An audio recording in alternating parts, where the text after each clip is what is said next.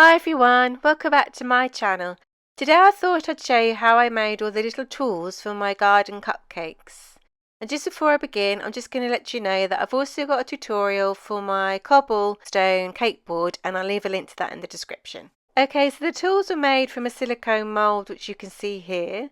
And you can also see that it's also a flower pot and a gnome mould as well, which I didn't use. But I'll show you them anyway later. Okay.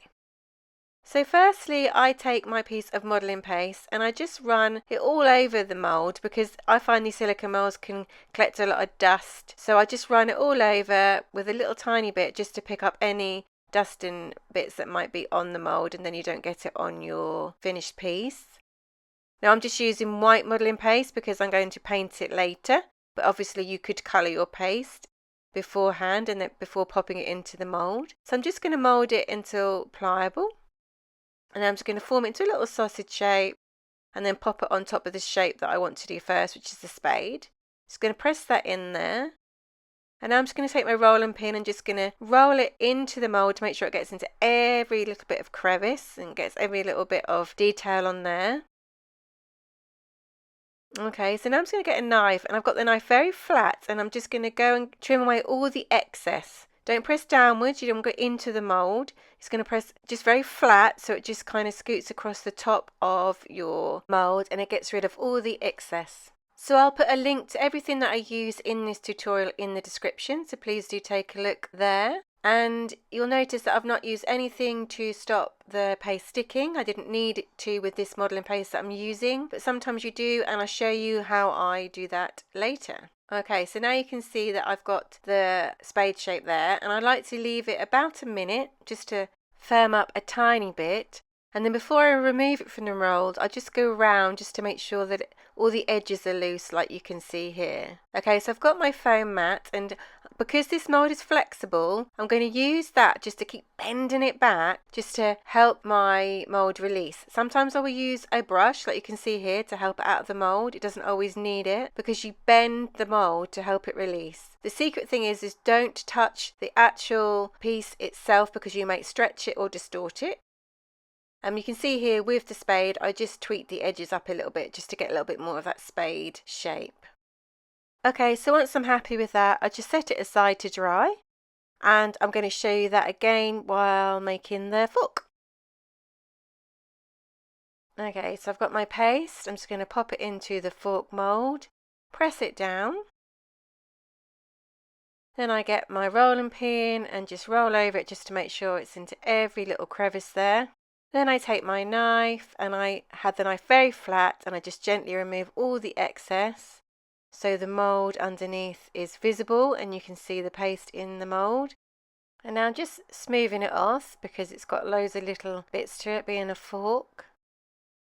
And I'll leave it again just for about a minute before trying to loosen the edges, which you can see here. So just leave it for that minute, just helps firm it up a tiny bit. So when you pull it out, you're not going to stretch the fork. And then again, I'm going to use the bending of the silicone mat to help prise it out, like you can see here. And then guide it a little bit with my brush. See, that's almost falling out. The important thing is don't try and pull it out, because you will stretch it. And obviously this is quite fiddly and thin, so once it's out, you can just straighten it up with your brush.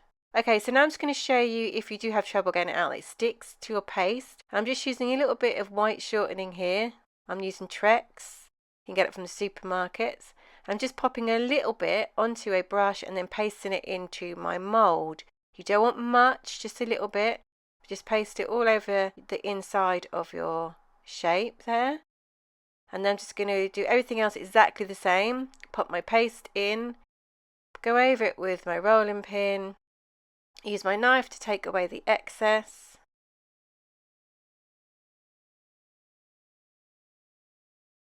And then smooth it off if you need to. Wait about a minute. And then loosen from the sides before popping it out of the mould. And you can see it comes out of the mould very easily. And then I just leave it to dry like the others. So when I made my toppers, because you only had one left-handed glove, I did another mould of the glove and I tweaked it a little bit. I made the thumb kind of taller and longer to be the little finger. and I kind of pushed the little finger down and flattened it a little bit and made it fatter to look like a thumb. So I looked like I then had a pair of gloves. Okay, so I'm just going to show you what the other two shapes look like. Here you've got the gnome, and you can see all the definition in there. And then I just did the flower pot out of a little bit of brown modelling paste, so you could see what that looked like too. Okay, so it's the next day and I'm going to paint my shapes, and I'm using Sweet Sticks Metallic Water Activated Food Paint. These are one of my favourite paints. So before painting, if you've used the white shortening, you need to just go over it with a little kitchen towel just to remove any that may be on your mould, because this will repel the paint. So this is why I don't like to use it unless I have to, but you have to take it off. If not, you'll notice it won't paint very well. Okay, so these paints, you just need to add a little bit of water to them, a tiny bit, mix it a little bit, wait a few seconds, and it turns into a paint. So because these moulds are so small, it's best to paint in layers, because if you put too much paint on to begin with, you're just going to make it soggy. So the best bit is to paint in layers to build up the paint that you want. So I'm just going to start with a little bit of red on the bottom of the glove there. And then, as I said, I would leave that to dry and then paint a second layer. So I'm just going to carry on and paint the rest of my shapes.